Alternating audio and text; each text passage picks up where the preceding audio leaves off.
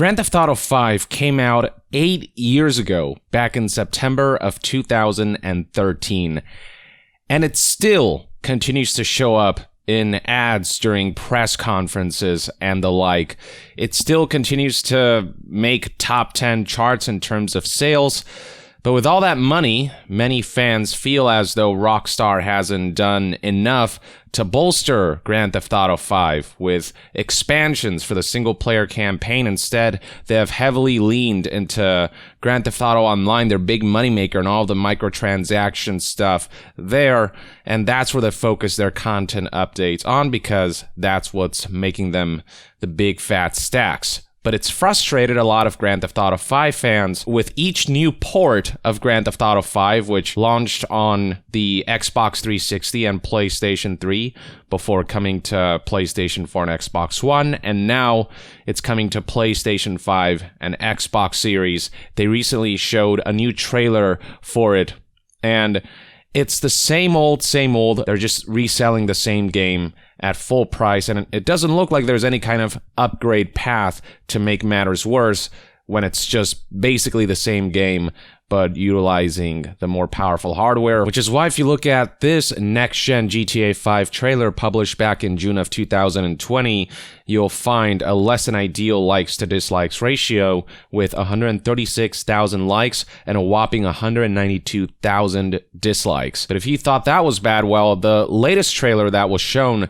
during the PlayStation Showcase 2021 event is in an even worse state. If you check out the September 9th trailer that they released for GTA 5 and GTA Online, only 24,000 likes and a whopping 101,000 dislikes. Even on the official Rockstar channel, if you check out the published trailer, only 32,000 likes versus 97,000 dislikes, a vast majority of dislikes. And in the description, you can see that this version of the game promises a range of technical and graphical improvements across the entire experience, including performance enhancements for select vehicles in GTA Online. And the trailer goes out of its way to advertise how much more improved GTA 5 is now on the new consoles, but people are very much questioning that based on the footage and based on past history with GTA 5 ports. So in the comments section of these trailers, you'll find comments like, is this really expanded and enhanced? It looks no different than the PS4 version.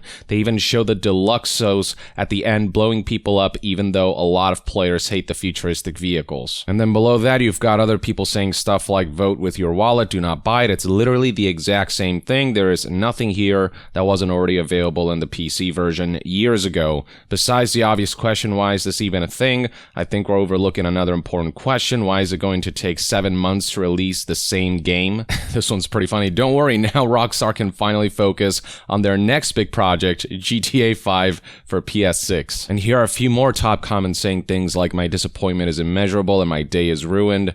And then down here, not even new gameplay and even delaying it. This is a big fail. It didn't take long before Grand Theft Auto content creators chimed in, expressing disappointment and dismay at the way Take-Two and Rockstar are handling the series. So here we have one video, for example, titled, I am angry, disappointed, and embarrassed, in which they highlight how the title cards in this trailer say things like how this next-gen version of GTA 5 is expanded and enhanced. They advertise just how much more improved the graphics are, how much more enhanced the gameplay is, how much more explosive the action is, and much more. But the footage shown in the trailer, from what people are seeing, is straight up just basically the same footage that they used when they were initially marketing this game all those years ago. This is essentially 2 generations ago footage. In some ways it's worse, as the trailer shows a complete lack of reflections in one shot featuring car mirrors. There's even one shot in the new trailer showing a cutscene from GTA 5 where the cutscene is glitched out as it shows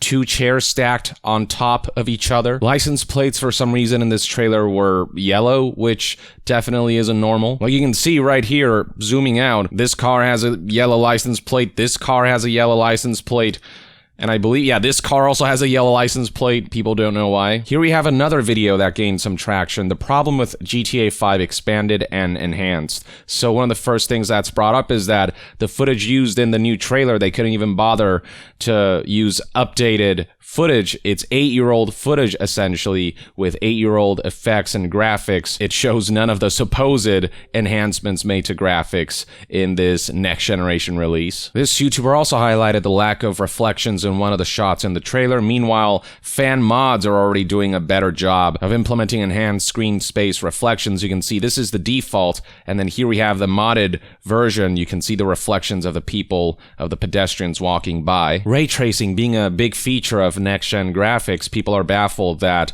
Rockstar and Take-Two couldn't even be bothered to add that in this next-gen version of an 8-year-old title. This YouTuber is also baffled at this description right here, how the next-gen version of GTA 5 includes performance enhancements for just select vehicles in GTA Online. He makes fun of the fact that seamless character switching was advertised as one of the big new features in this trailer that only throws at you vague title cards of this is better and that's also better, but don't actually go into detail, which suggests that there's actually not that much that's significantly improved in this new version. But yeah, seamless character switching, it's basically just faster loading times, and it was pretty fast already. It's going to be a little faster here.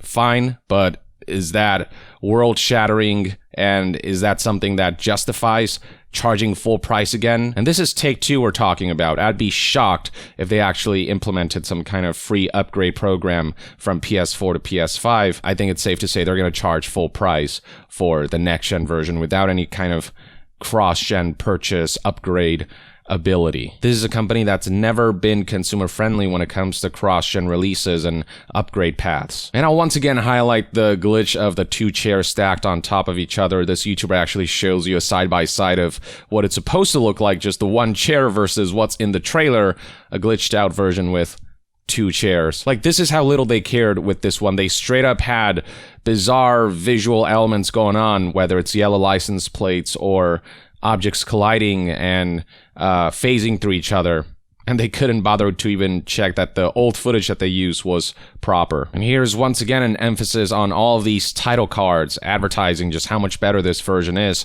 but these title cards are so vague in their description, and the trailer actually does such a poor job of conveying what actually has been enhanced that the safe assumption is that these are just buzzwords that they're throwing out there, but there's little substance behind these words, as the footage shows nothing has ultimately changed. It's basically the same game. It'd be one thing if Grand Theft Auto 5 has been getting consistent new content releases, but again, GTA 5, the single-player stuff has been completely abandoned in favor of Grand Theft Auto Online, and Rockstar's output in general has gone way, way down because GTA Online makes so much money for them that they're no longer really pushing the boundaries of their creativity as much as they used to. They're instead choosing the path of easy profit, and you can see that in this timeline right here, showing how the 8-year-long period between Grand Theft Auto 5 and now, it's just been Grand Theft Auto 5, a whole lot of nothing, then Red Dead Redemption 2, and now we're waiting to see what the next project is. During all that time, not a single expansion, not a single piece of DLC for Grand Theft Auto 5. I find it hard to believe that they didn't actually have the manpower and resources to have a dedicated group just making new content, updating the game with new features, but it's remained exactly the same. I mean, you look at the recent 8 years and how little they've released versus the 8 years prior where they've released GTA 4 and all of these other games and various expansions for GTA 4 alongside new games and new franchises, new IPs even. It's just a night and day difference. Their priorities have clearly shifted to easy monetization. Now, perhaps the rehashing of Grand Theft Auto 5 with every new generation of consoles would be easier to overlook if Take-Two and Rockstar would leave modders alone, the people who are creating user-generated content that continues to breathe life into not only Grand Theft Auto 5, but other 3D Grand Theft Autos that were released prior. Since Rockstar and Take-Two can't be bothered to make new content for these games, the modders have taken it upon themselves to offer the community compelling new content, features, additions, you name it, but Take-Two and Rockstar have been woefully against that, and they've been that way for years and years, but recently there's been a resurgence of Take-Two removing mods, issuing DMCAs and whatnot, as highlighted by this video, Angry, Disappointed, and Embarrassed, showing articles like this one. Take-Two is removing old GTA mods using DMCA notices. We can keep scrolling forward. Take-Two goes on another Grand Theft Auto mod killing spree. Here's another one. Take-Two sues GTA reverse engineering project. Ambitious GTA Underground mod shut down after 6 years due to increasing hostility from Take-Two. And more often than not, these modders who are working for free and not profiting from their mods, can't lawyer up, cannot afford to fight a major corporation like Take-Two, so they'll have no choice but to take down their mods. There was one instance where a mod developer actually won against Take-Two. This was a story from back in May of 2021, where the developer who reverse engineered Grand Theft Auto 3 and Vice City, which allows modders and developers to work on ports of the game to new platforms or adding new features and opening up the modding scene.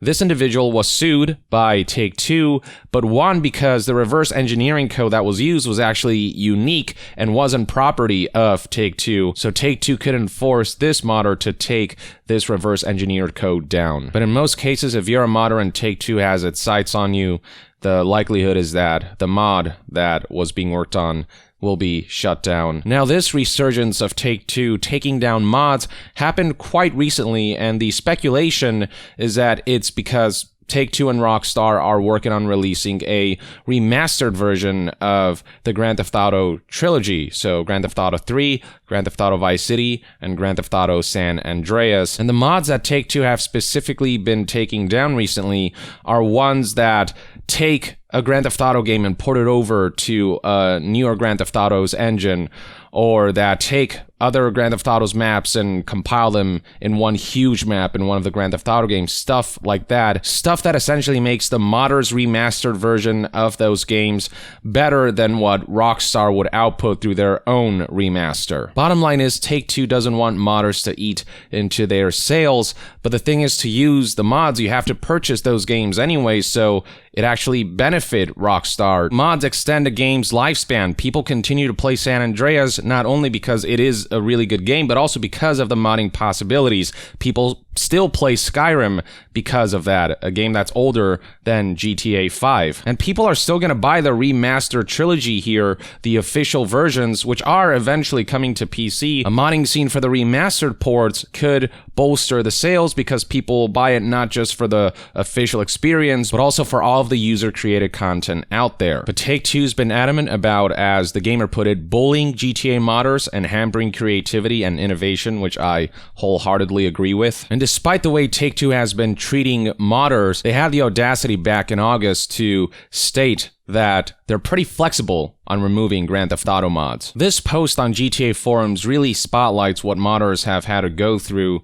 because of Take-Two's lack of flexibility when it comes to modding. You may recall that back in 2017, Take-Two tried to essentially take down the entire modding scene for Grand Theft Auto 5 when they tried to eliminate Open4, which is a key modding tool / editor / manager. Back in 2017, their attempt failed when they faced mass protest, and they decided to be a bit more flexible, but also implemented rules drafted up in 2017 that can be summarized as: don't port maps, vehicles, content from older GTA games or other video game series to Rage, and stay away from online. Absolutely do not touch online or anything related to GTA Online. Rage, by the way, refers to the Rockstar Advanced Game Engine, basically the GTA 5 engine.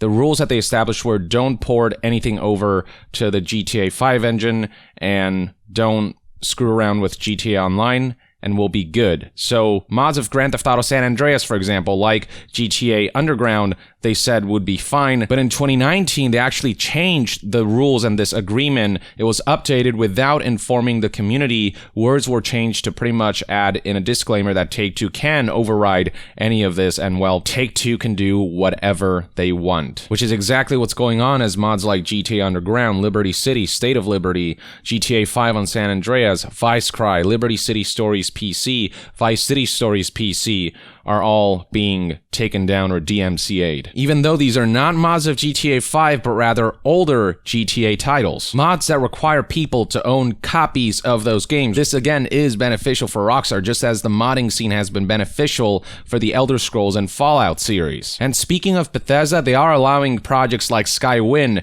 and Skyblivion, or a Fallout 3 conversion into Fallout 4 mods to exist, as long as all of the assets are original. And guess what? Bethesda's still doing fine. They're still selling tons of copies of all of those Elder Scrolls and Fallout games. If anything, the modding scene is encouraging people to keep buying and keep playing these games. But Take-Two has this idea that if mods for these games are allowed to fester, then it's going to eat into their remaster sales. They're just so short-sighted, Take-Two and Rockstar, in terms of how they are handling the modding community and not seeing the benefits that can offer. And what's egregious is that mods Take-Two are taking down are fully original mods. So this one, for example, Vice Cry, which is essentially an overhaul of Vice City to enhance its appearance and graphics, it got taken down even though it doesn't convert any assets. It uses wholly original assets, but it's not as if Take-Two has a history of caring about that stuff. And the reason I bring up modding and how poorly Take-Two has handled that is because there's already a lack of activity when it comes to Grand Theft Auto because GTA Online is generating so much money for Take-Two. Take-Two and Rockstar cannot be bothered to make new content for GTA 5 to keep it alive, and so the modders have taken it upon themselves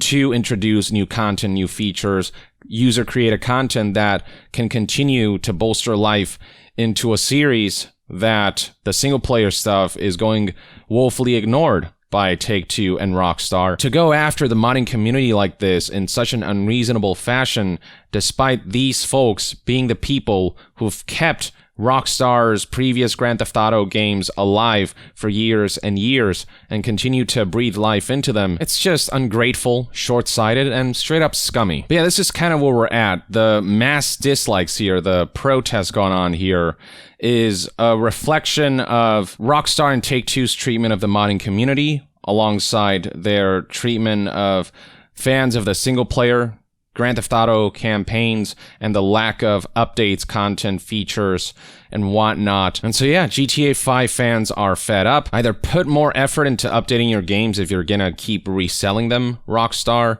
or at the very least, leave modders alone to essentially do what you all don't seem to be capable of or don't seem to want to do. And that, ladies and gentlemen, is everything you need to know about the current GTA 5 situation and the current community sentiment. Let me know in the comments below what your thoughts and opinions are on all of this, and to be further updated on all things gaming news, reviews, and discussions, stay tuned right here on Young Yeah.